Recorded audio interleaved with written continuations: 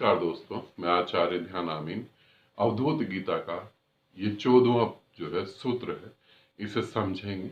इसमें बहुत ही जबरदस्त और बहुत ही अच्छी बातें कही हैं दत्तात्रेय जी ने। जो आत्मा रूप है, अब वो कह रहे हैं जो आत्मा रूप है, ठीक। मैं इसे यहाँ थोड़ा चेंज करता हूँ। मैं कहता हूँ जो परमात्मा रूप है, जो महा ऊर्जा, जो परमात्मा रूप है, वो तुम ही हो।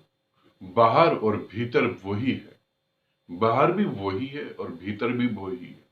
और देखा जाए तो बाहर और भीतर जो है वो सिर्फ इस स्ट्रक्चर के कारण बाहर और भीतर है। इसे भी स्ट्रक्चर को भी उसी से निर्मित करा गया है। ये जो खाल, हड्डी, खून, ये उससे ही निर्मित करा गया है।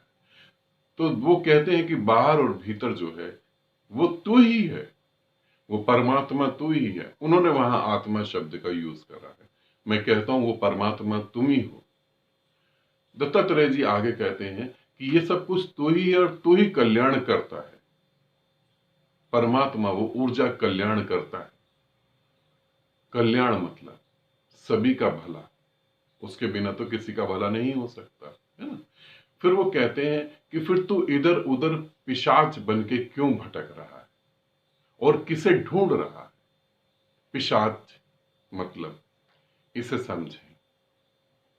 जब एक मनुष्य की मृत्यु होती है तो मृत्यु होने के बाद क्या होता है। मृत्यु होने के बाद वो अपनी वासनाएं कैसे पूरी करेगा, और उसकी वासनाएं जो होती हैं वो तो पूरी नहीं होती। वासनाएं इस पृथ्वी पर किसी की पूरी नहीं होती। वासनाओं का अर्थ क्या है, जो अधूरा है, जो सदा अधूरा रहेगा।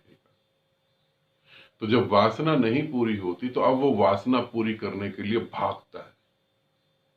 पहले तो अपने ही शरीर में वापस आता है, मगर अब आ नहीं सकता। क्यों नहीं आ सकता? क्योंकि नाभि से जो है एक डोर होती है, वो डोर टूट जाती है।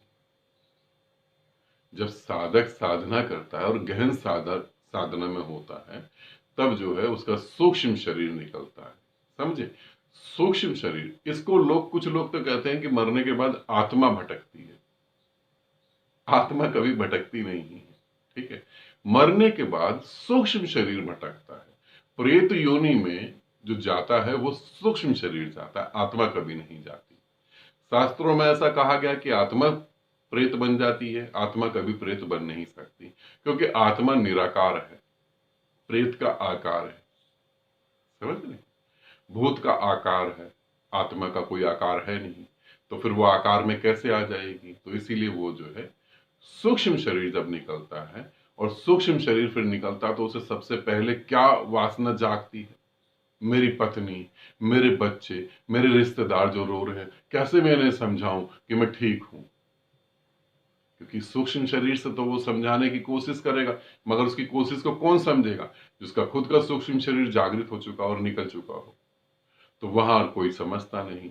फिर वो अपनी वासनाओं को पूरा करने के लिए इधर भागता है, कभी किसी के शरीर में घुसने की कोशिश करता है, कभी कुछ करता है, कभी कुछ करता है, सारा तड़पता है वो। जीवित व्यक्ति जितना बीमारियों के कारण तड़पता है, अधूरी वासनाओं के कारण सूक्ष्म शरीर उससे भी कई गुना ज्यादा तड़पता है। ये सूक्ष्म शरीर को ही जो है उसकी तड़फन को लेकर, उसकी परेशानी को लेकर हमने मानसिक रूप से नर्क निर्मित करा है कि नर्क में जाएंगे। जो आदमी, देखिए, जो आदमी बहुत शराब पीता है, लोगों को दुख देता है, लोगों की चीजें छीनता है, बहुत दुर्व्यवहार करता है, बलात्कार करता है, तो सभी लोग उसे कहते हैं कि मरेगा तो नर्क में जाएगा। मरेगा तो नर्क में कैसे जाएगा?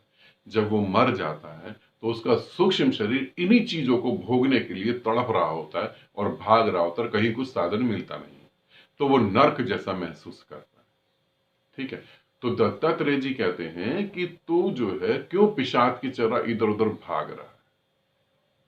अब इसे और गहराई से समझे। जैसे जो वो कह रहे हैं वो मैंने आपको समझाया कि सूक्ष्म शरीर क्यों तड़पता है वासनाओं के कारण, ऐसे ही जो है वो कह रहे हैं कि तू परमात्मा को पाने के लिए क्यों तड़प रहा है। बाहर और भीतर वो जो है वो तो तू ही है। फिर तू मंदिर जा, मस्जिद जा, गुरुद्वारे जा, चर्च जा, वहां तेरे को वो सब नहीं मिलेगा, क्योंकि तू ही तो है। मंदिर, मस्जिद, गुरुद्वारा, चर्च, ये धार्मिक स्थल तेरे तो रूप, तेरा ही तो कल्पना है और तो कुछ भी नहीं है। फिर तू गंगा नहा या यमुना नहा या गंगा जल पी, फिर तू विधि विधान जितने भी हैं सारे काम कर, मगर तू उसे नहीं पा पाएगा। क्यों व्यर्थ की मेहनत कर रहा है? अब इसे भी अच्छे से समझें। यदि हम किसी मंदिर में जाते हैं, किसी धार्मिक स्थल पर जाते हैं और हमें लगता है वहां जाके हम परमात्मा को पा लेंगे, परमात्मा का आशीर्वाद पा लेंगे, पहली बात तो हमने परमात्मा को दूर कर दिया ये सोच के। दूसरी बात कि वहां जाने से परमात्मा यदि मिलता तो वहां पे जो ब्राह्मण हैं, जो पंडित हैं, उन्हें तो मिल ही चुका होता। फिर पंडितों की जितने भी धार्मिक स्थल हैं, जितने भी धार्मिक स्थल हैं, फिर पंडितों की निगाह तुम्हारी जेब पर क्यों होती? मैं जो है अभी कुछ दिन पहले अजमेर शरीफ दरगाह पे गया था। मैं अपना एक्सपीरियंस बता रहा हूँ। दरगाह पे गया तो मुझे दरगाह में जब जाने लगा तो मुझे बहुत अच्छा लगा। तो मैंने अपनी वाइफ को बोला कि देखो हमारे मंदिरों में तो जगह जगह ये है कि ये करो तो पैसा दो, वो करो तो पैसा दो, सबकी निगाह पैसे पे होती है। और यहाँ देखो दरगाह में, मगर 2 ही कदम चला था, इतने में एक छोटा सा लड़का आया। उन्होंने बोला कि आप पहली बार आए हैं? मैंने बोला हाँ। तो उन्होंने बोला कि मैं बताता हूँ आपको कहाँ कहाँ क्या क्या करना और कहाँ कहाँ क्या है। तो मैंने उससे पूछा कि कितने पैसे देने पड़ेंगे। वो हंसा, उसने कहा पैसे थोड़ी ना, हम तो सेवा कर रहे हैं। चलो ठीक, फिर वो ले गया। बस हम 2 कदम और चले, उन्होंने कहा कि यहाँ बैठे, ये कुछ बताएंगे। वहां मैं बैठा, मेरी पत्नी मेरे बच्चे बैठे। उन्होंने फिर जो है मोर पंख से कुछ बोला और आशीर्वाद दिया। उन्होंने कहा कि यहाँ आप जो है इतने पैसे रख दो, इतने पैसे की पर्ची कटेगी। फिर थोड़ी आगे गया, फिर इतने पैसे की पर्ची कटेगी। ये लोग अगर अजमेर शरीफ की दरगाह में कुछ है तो ये लोगों की तो पूर्ति हो जानी चाहिए थी। मैंने उनसे पूछा आप कब से हो? तो उन्होंने कहा हमारा तो खानदान इसी में ही है, हम चौथी या तीसरी पुश्त हैं। और ये अभी तक यही काम कर रहे हैं, इनकी निगाह जेब पर ही है। इसी तरीके से सभी धार्मिक स्थल पर जितने भी लोग बैठे हुए हैं, उनकी निगाह आपकी जेब पर है और आपको लगता है कि आपको वहां परमात्मा मिल जाएगा। आप किसी शिव मंदिर में जाएं, आप किसी भी जगह चले जाएं, आप मेरे को नाम याद नहीं आ रहा, बालाजी मंदिर एक है केरल या यहाँ पर जो साउथ साइड में बालाजी मंदिर है, वहां लोग पागलों की तरह जा रहे हैं। साईं के मंदिर में लोग पागलों की तरह जा रहे हैं। हकीकत में वहां तुम्हें कुछ क्यों भी नहीं मिलेगा, उसे भी समझ लो वहां तुम अपनी वासना पूरी करने जा रहे हो, परमात्मा के लिए तो नहीं जा रहे। तो दत्तात्रेय जी कह रहे हैं कि तू ऐसे क्यों भटक रहा है? गंगा नहाने से थोड़ी ना मिल जाएगा परमात्मा। परमात्मा को तो समझ, तू तो खुद परमात्मा है। अपने ही रूप में एक हो जा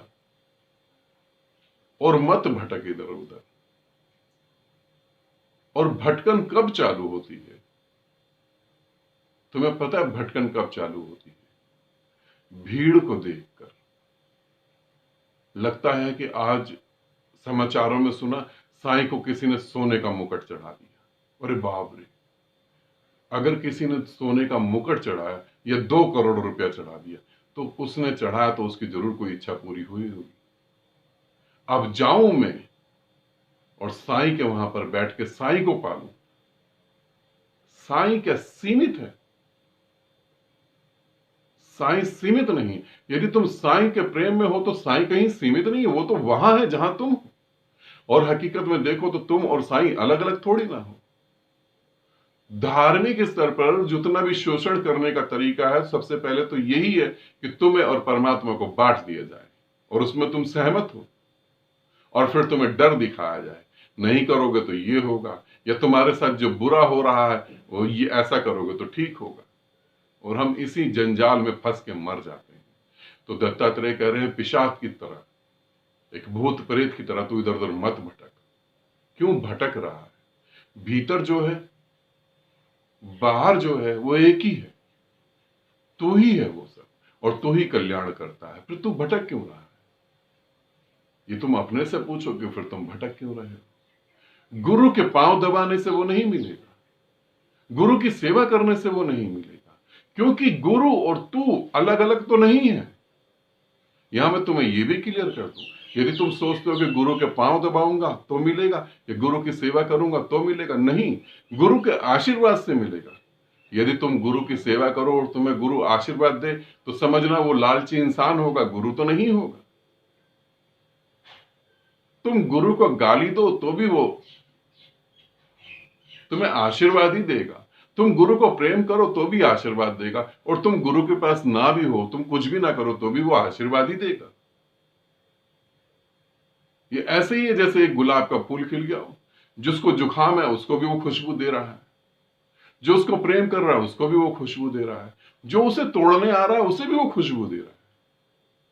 मगर तुम्हारी ऐसी धारणा, गुरु को दान देंगे तो मिलेगा, गुरु को हम पांव दबाएंगे तो मिलेगा, नहीं।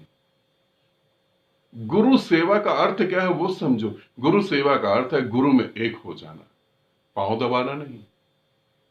गुरु में एक हो जाना। और गुरु में एक कैसे होगे? पांव दबाने से तो कभी एक न हो पाओगे।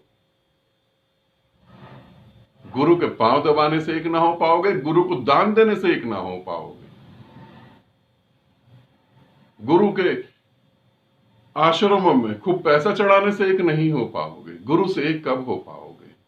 जब शून्य हो, क्योंकि वो तो शून्य है।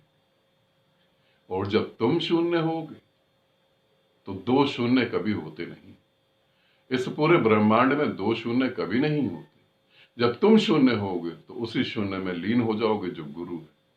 फिर वहां गुरु और शिष्य नहीं होता, वहां भक्त और भगवान नहीं होता। वही तुम्हें पहुंचना है, वही तुम्हारा घर है, वही तुम्हारी मंजिल है, वही तुम हो। भटको नहीं, भागो नहीं, ठहर जाओ, रुक जाओ। बुद्ध 6 साल तक भागते रहे, कुछ ना मिल पाया। महावीर 12 साल तक भागते रहे, कुछ नहीं मिल पाया। रुक गए, ठहर गए और जान लिया कि जो है वो मैं ही हूं। अहम ब्रह्मास्मि। तुम भी कह सकते हो अहम ब्रह्मास्मि। और मैं तुम्हें कह रहा हूं, बोलो मेरे साथ, क्योंकि यहां से अगर आवाज उठ रही है तो तुम्हारे वहां से फिर क्यों नहीं उठ रही? क्योंकि तुम और मैं अभी अलग अलग हैं। तुम्हारे भीतर भी यही उठ रहा है। एक हो जाओ और उसे उठने दो जो भीतर है। और जब वो उठेगा तो तुम यही कहोगे, मैं ही ब्रह्मांड हूं, मैं ही परमात्मा हूं, मेरा ही सारा विस्तार है। यही सत्य है, यही शिव है, यही सुंदर है। बहुत बहुत प्रेम आप सभी को। आनंदित रहें, सदा खुश रहें।